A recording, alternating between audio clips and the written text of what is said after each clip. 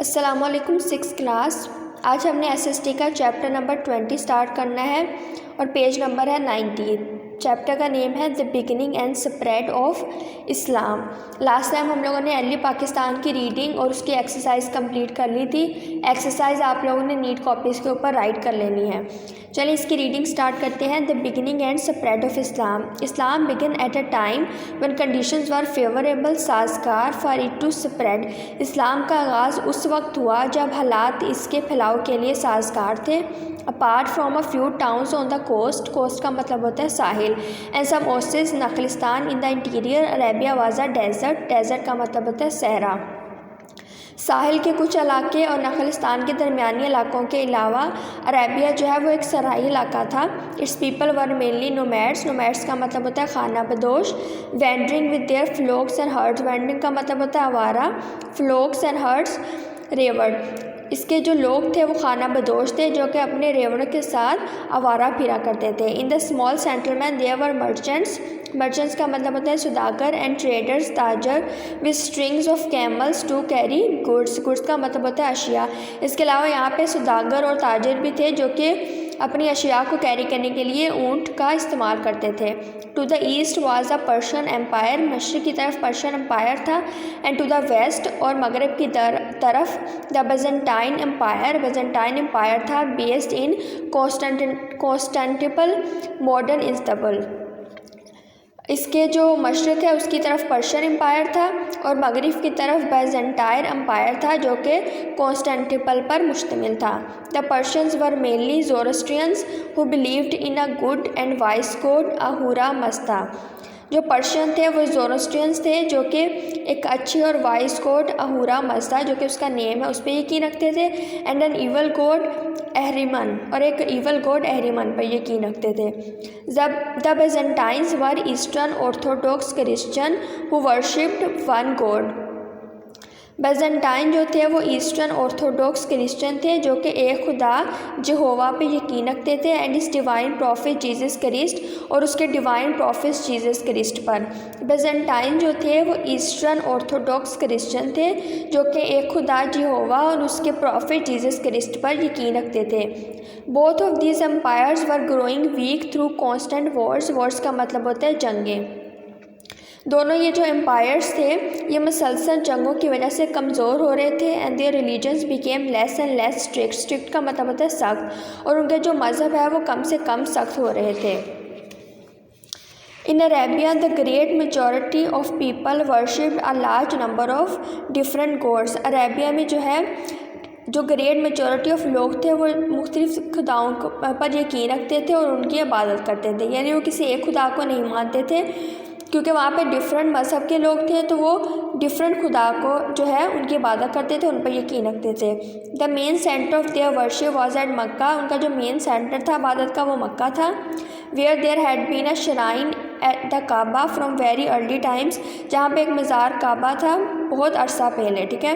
ان کا جو مین سینٹر تھا عبادت کے لیے وہ مکہ تھا جہاں پہ بہت سال پہلے کعبہ تعمیر کیا گیا۔ The Kaaba had been built by the prophet Ibrahim علیہ السلام اینڈ ہز سن اسماعیل علیہ السلام as a special place for Allah's worship. کعبہ کی تعمیر حضرت ابراہیم علیہ السلام اور ان کے بیٹے حضرت اسماعیل علیہ السلام نے کی، اور یہ جگہ اللہ تعالیٰ کی خاص عبادت کے لیے بنائی گئی۔ جو کعبہ ہے اس کی تعمیر حضرت اسماعیل علیہ السلام اور حضرت ابراہیم علیہ السلام نے کی، اور یہاں پہ اللہ تعالیٰ کی عبادت کی جاتی۔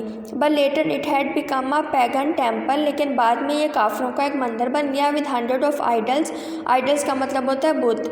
بعد میں یہ کافروں کا مندر بن گیا اور یہاں پہ سینکڑوں بت رکھ دیے گئے۔ Here at specific time in a year, یہاں پہ سال کے مخصوص وقت میں people came from all over the country for special worship, لوگ ایک مخصوص قسم کی عبادت کے لیے پوری دنیا سے یہاں پر آتے، and to hold great poetry festivals, اور یہاں پہ عظیم پوئٹری فیسٹیول ہوتے ہیں، یعنی یہاں پر سال کا ایک مخصوص وقت رکھا گیا جہاں پر دنیا کے مختلف علاقوں سے لوگ آتے ہیں اور وہ اپنی عبادت کرتے ہیں۔